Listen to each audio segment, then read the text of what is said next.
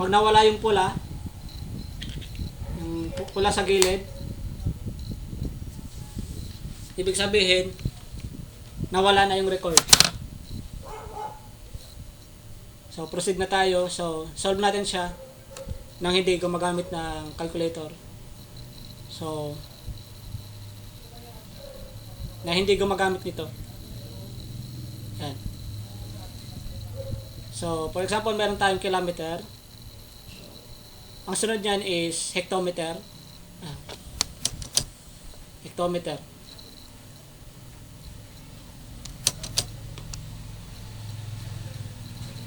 So decameter. Then meter. Next is decimeter. Centimeter. Millimeter. So familiar ba kayo dito? So for example, meron tayong 1 meter. Then kung mag-convert tayo, so convert from small to big. Small to big.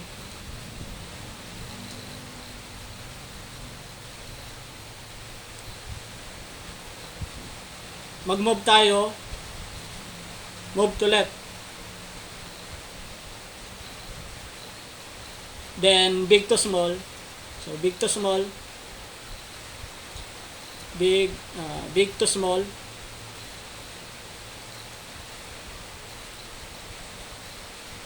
Move to right. Move to right. So for example, meron tayong 1 meter. So i-convert natin sa millimeter. So ilang equivalent niyan. So kung 1 meter, maglalagay tayo ng decimal sa likod. Then ang hinahanap natin is convert natin sa millimeter. So bibilangin lang natin. So 1, okay, 1,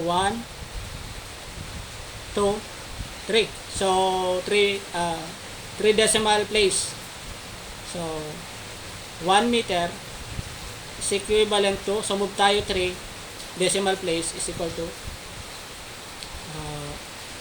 so 1, move 3 decimal place, so 1, 2, 3 millimeter. Then kung convert natin yung 1 meter to centimeter, so move tayo 2 decimal place. So 1, magiging siyang 100 centimeter. So bilang natin 1,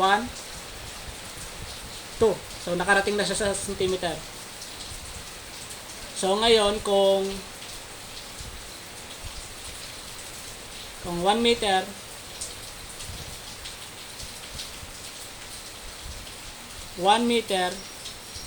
convert natin sa kilometer.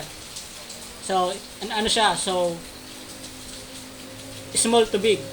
Diba? Small size. Then malaki yung kilometer. So move to the left. So maglagay tayo ng decimal. So meter.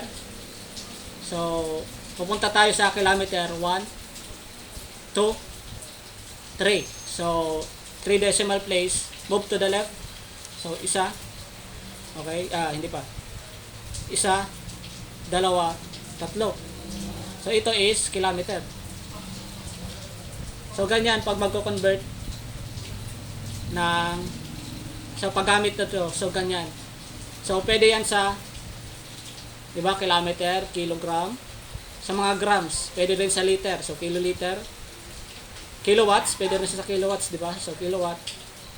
Pwede rin yan sa kilowatt. So proceed na tayo dito sa problem.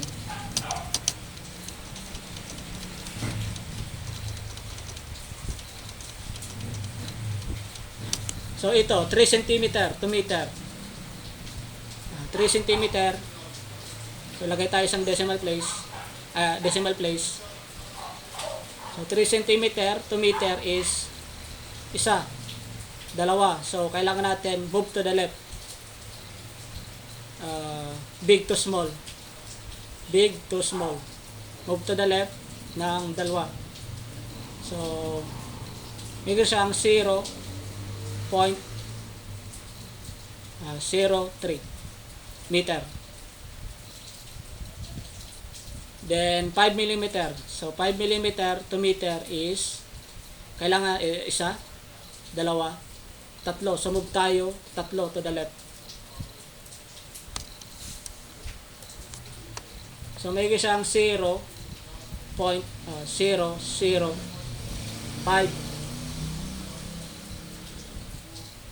meter. Ito is 2 meter. Tama na siya.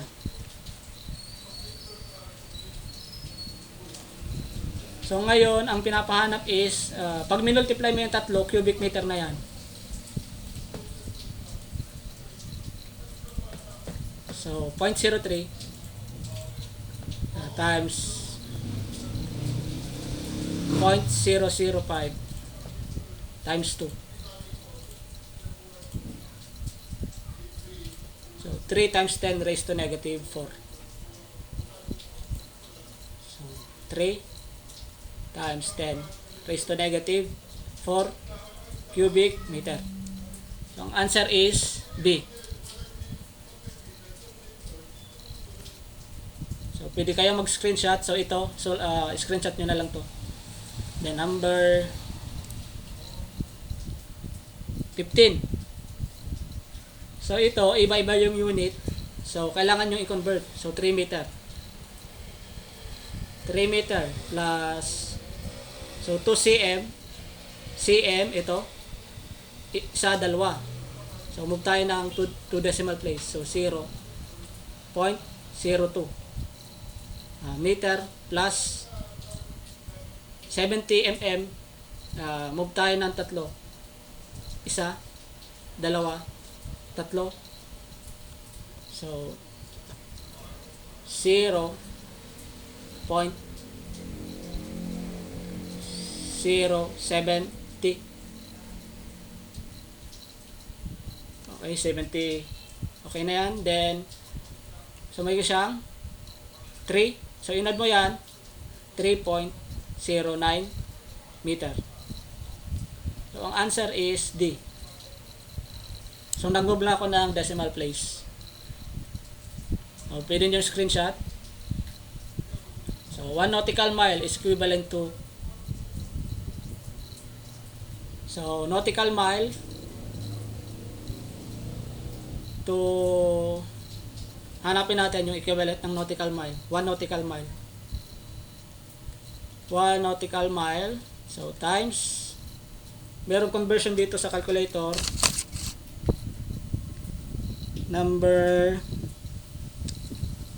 9. Number 9.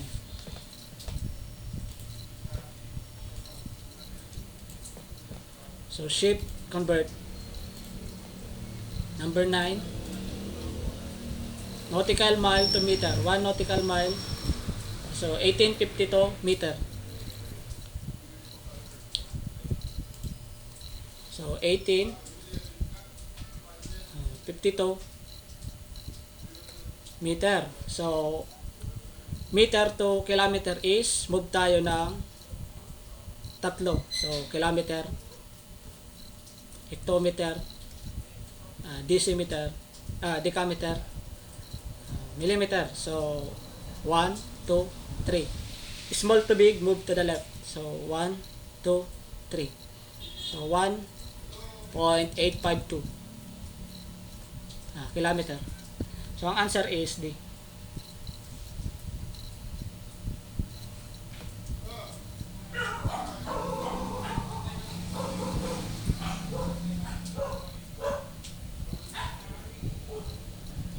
So how many square feet is, 100 square meter. So 100 square meter. So times, ano ba yung equivalent unit? So nakalagay na siya, 3 point.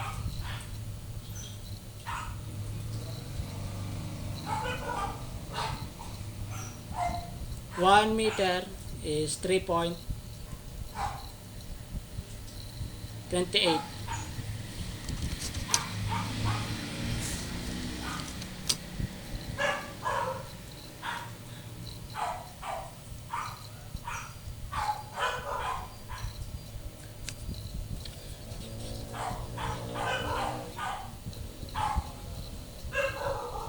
So, meron dito na conversion sa calculator.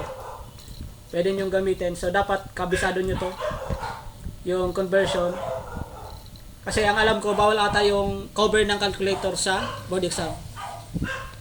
Hindi ko na matandaan, pero parang bawal to yung cover. Shift, convert number 4. Meter to feet.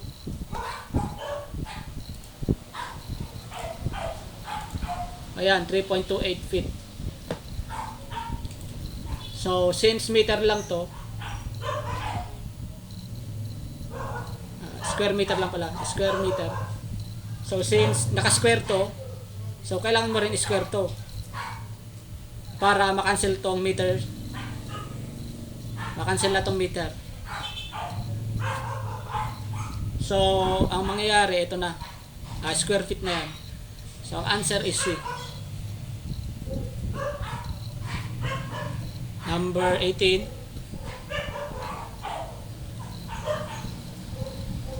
A tank contains 1.5 gallons. 1.5 gallons. So, cubic meter.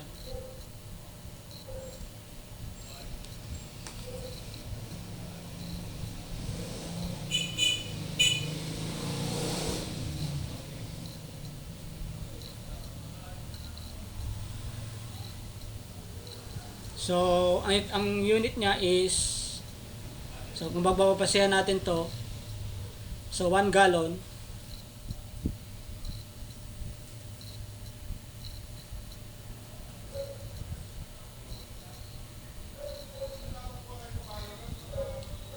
liter, then 1 cubic meter, so dapat kabisado nyo to, yung conversion, 1 cubic meter is equals to 1,000. So, meron tayong 1.5 gallon. So, ang pinapahanap is cubic meter. So, kailangan muna natin i-convert ito gallon to liter. So, gallon to liter times, okay, 1 gallon. Ito na siya, 3.79.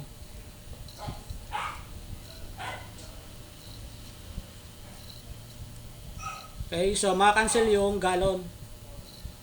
So, times, required unit natin is cubic meter. So, 1 cubic meter. Yung equivalent unit ng liter to meter is 1,000 liter. So, maka-cancel. So, ang matitira is cubic meter na yan. So, kaya naging ganito. So, required unit over the equivalent unit. So, yan lang yung tatandaan nyo sa pag-convert. So, ang answer is D.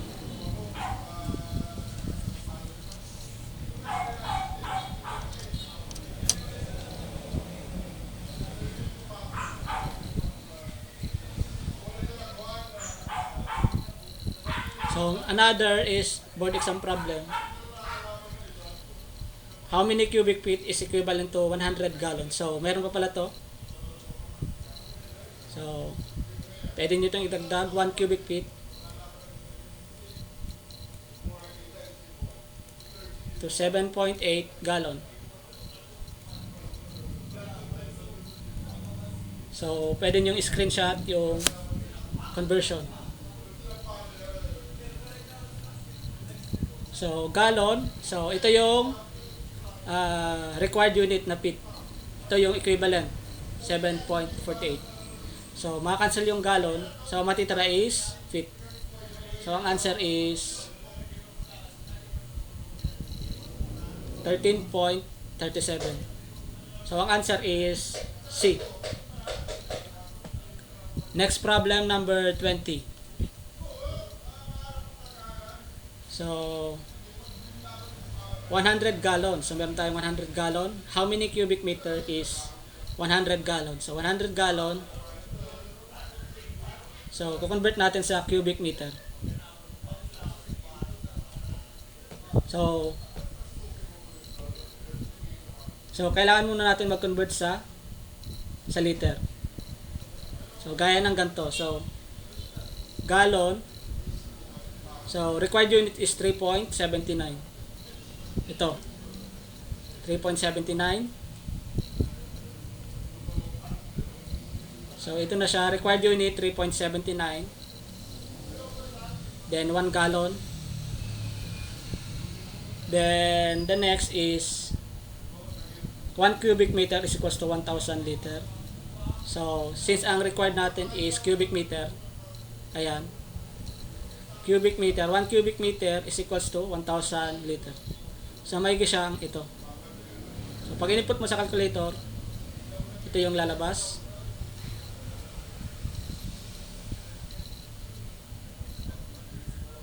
So, ang answer is C.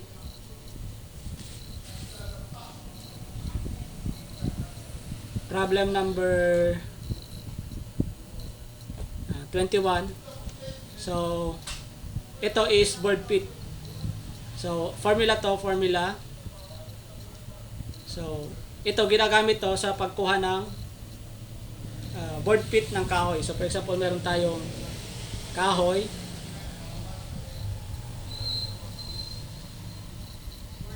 Okay, meron tayong kahoy.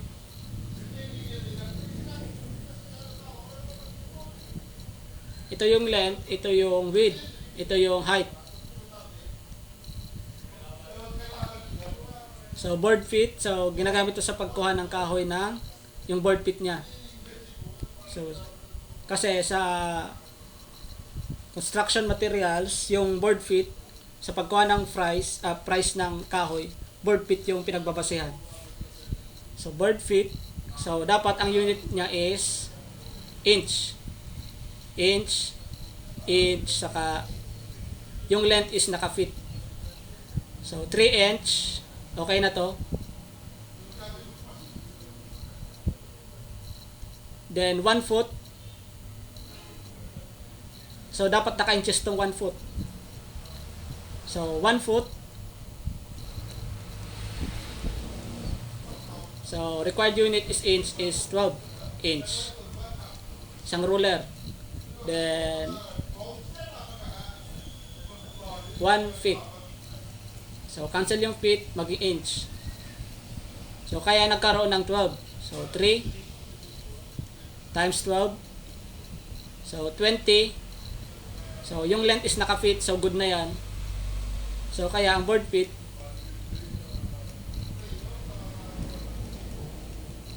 equals to 3 times 12 times 20 over 12. So, yan na yung board feet. So, 60 board feet.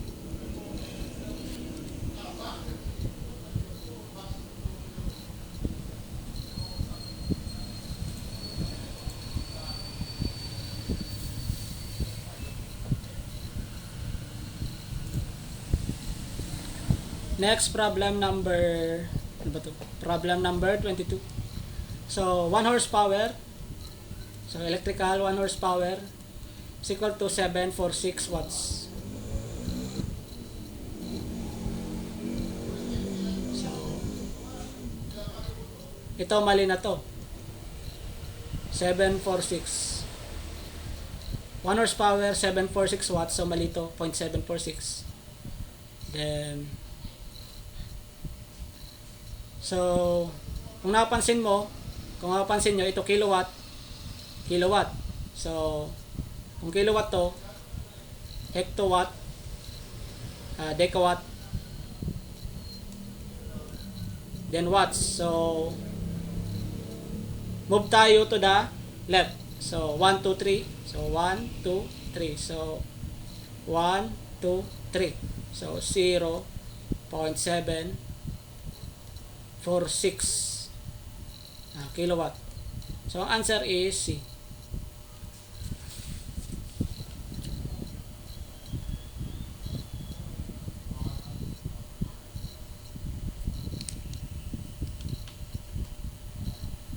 Next, problem number 23. The acceleration due to gravity in English unit is so SI. Gravity is equals to 9.8 meters per second squared. Then pag SI to SI, pag English, so gravity is equals to 32.2 feet per second squared. So sa physics or mechanics, so familiar na kayo dito. So ang answer is ito, 32.2.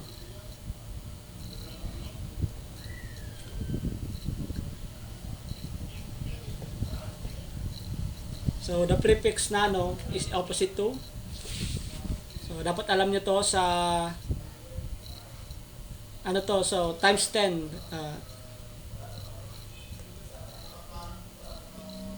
times 10 raised to n. So ito yung multiplier siya. So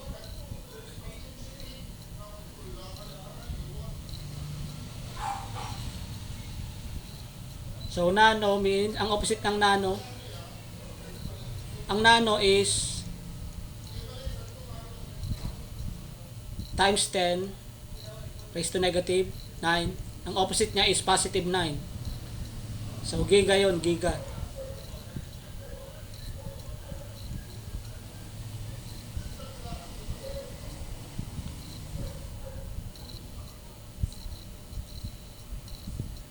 So yung tera naman, so number 25, 10 raised to 12 is tera.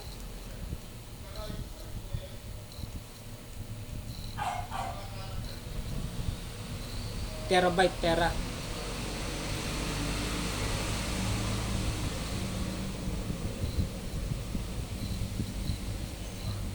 So ito.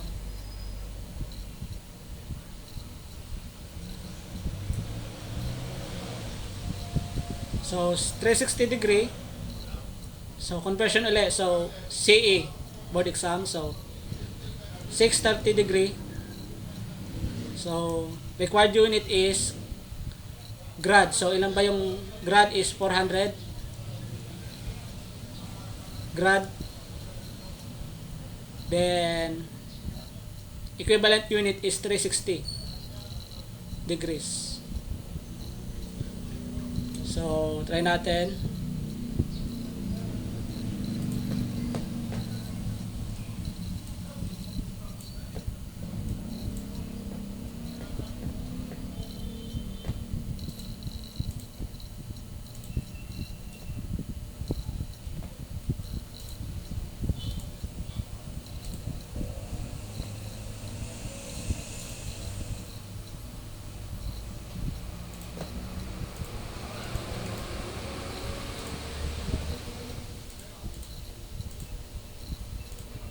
So, ang answer is 700 grad.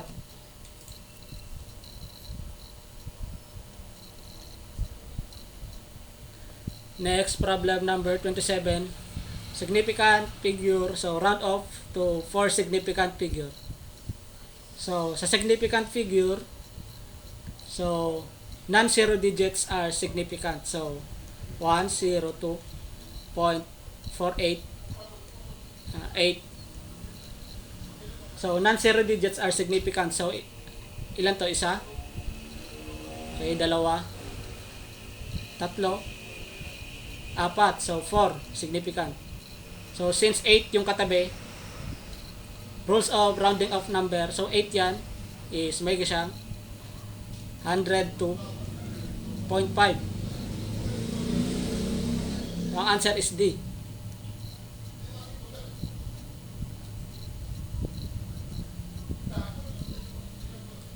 So, dapat alam niyo yung significant, rules of significant numbers. So, which of the following is a prime number? So, sa prime number, hindi mo siyang pwedeng i-divide by any number. Except 1. So, hindi na ako sure dito kung ano ba yung prime number. So, pwede nyo i-research yung prime number. So, ang sagot dito is C.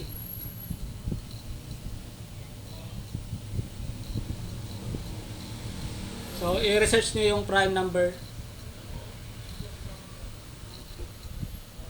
Or kung may reviewer kayo ni Rojas, so nandun yan. Pati yung significant, rules of significant. Then, the number of significant figure in the value 500 is 5. So ang answer is C. So next, a line on the map is drawn a scale of 5 over 5 is to 100,000.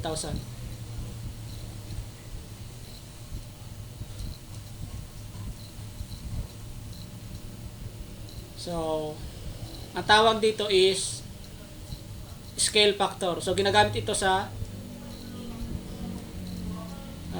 pag scale ng halimbawa floor plan. So, sa mga floor plan, meron doon mga nakalagay na scale. So, kung mapapansin nyo doon, merong 1:100 nakalagay. 1:1000 sa mga plano. So, ang purpose nun is malaman mo yung actual length ng example, poste to poste. Kung gusto mo malaman yung actual length, naglalagay sila ng scale factor. Kasi kung susundin mo yung length sa actual, masyadong malaki. So, abot ng 10 meters or 20 meter. So, wala naman sa plano ng sa size ng tracing paper na aabot ng meters. So, kaya gumagamit ng scale. So, meron tayong 5:100. So, kukunin natin ratio 5 over 100,000. So, magiging siyang 1 over 20,000. Then,